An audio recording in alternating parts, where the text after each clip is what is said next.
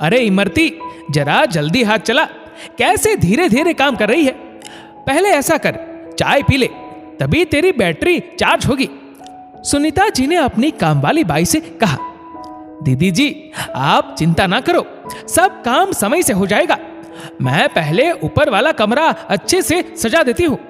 आंखें मटकाते हुए इमरती ने कहा। सुनीता जी और उनके पति अरविंद जी को जब से बेटे के आने का समाचार मिला, रोज एक एक दिन गिन रहे थे। उनका बेटा अक्षय अपने परिवार के साथ 3 साल बाद विदेश से जो आ रहा था।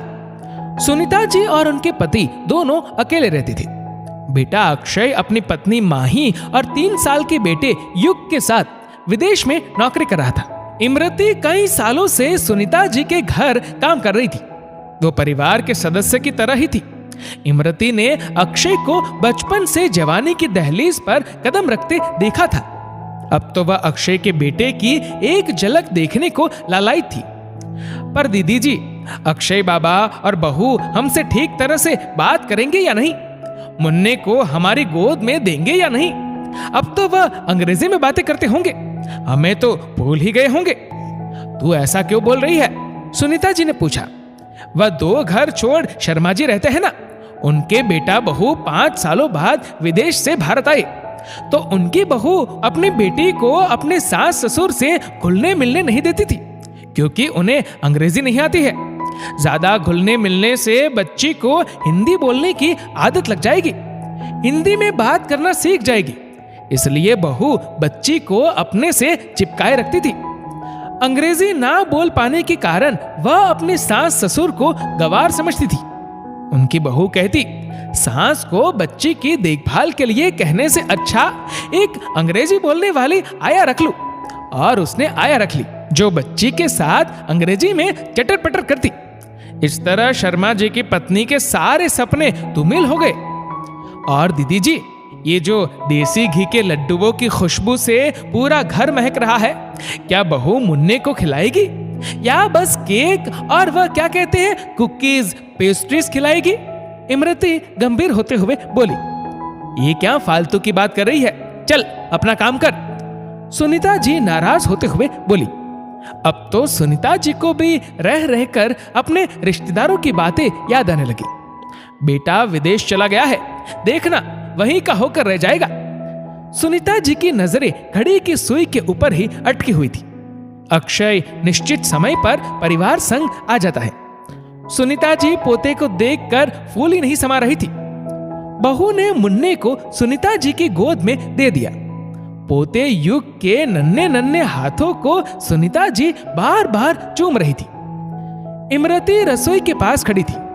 अक्षय पत्नी माही के साथ उसके पास पहुंचता है, उसके पैर छूकर आशीर्वाद लेता है। कैसी हो काकी? अक्षय बोला।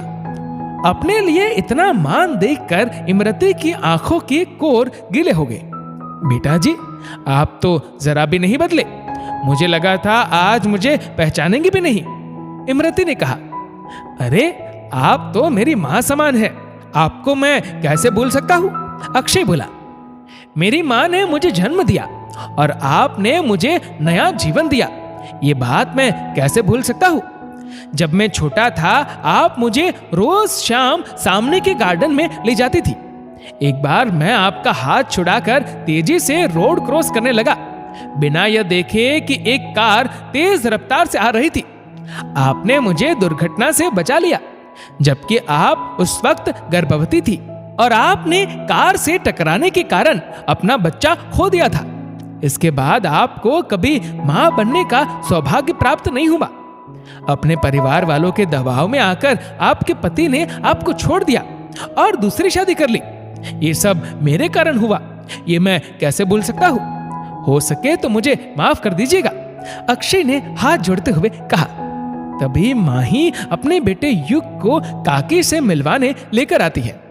बेटे को इमरती की गोद में देते हुए कहती है, लीजिए काकी माँ, आपका पोता, इसे भी वही प्यार ममता दीजिएगा जो आपने इसके पापा को दिया है। इमरती की आंखों से आंसू छलक उठे। वह अपनी जिंदगी के सारे दुख भूल बच्चे पर अपनी ममता लुटाने लगी। पास ही खड़ी सुनीता जी को अपनी बेटी बहू पर गर्व महसूस हो रहा था।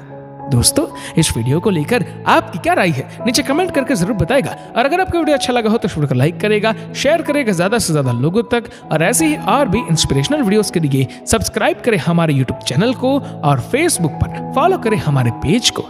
धन्यवाद।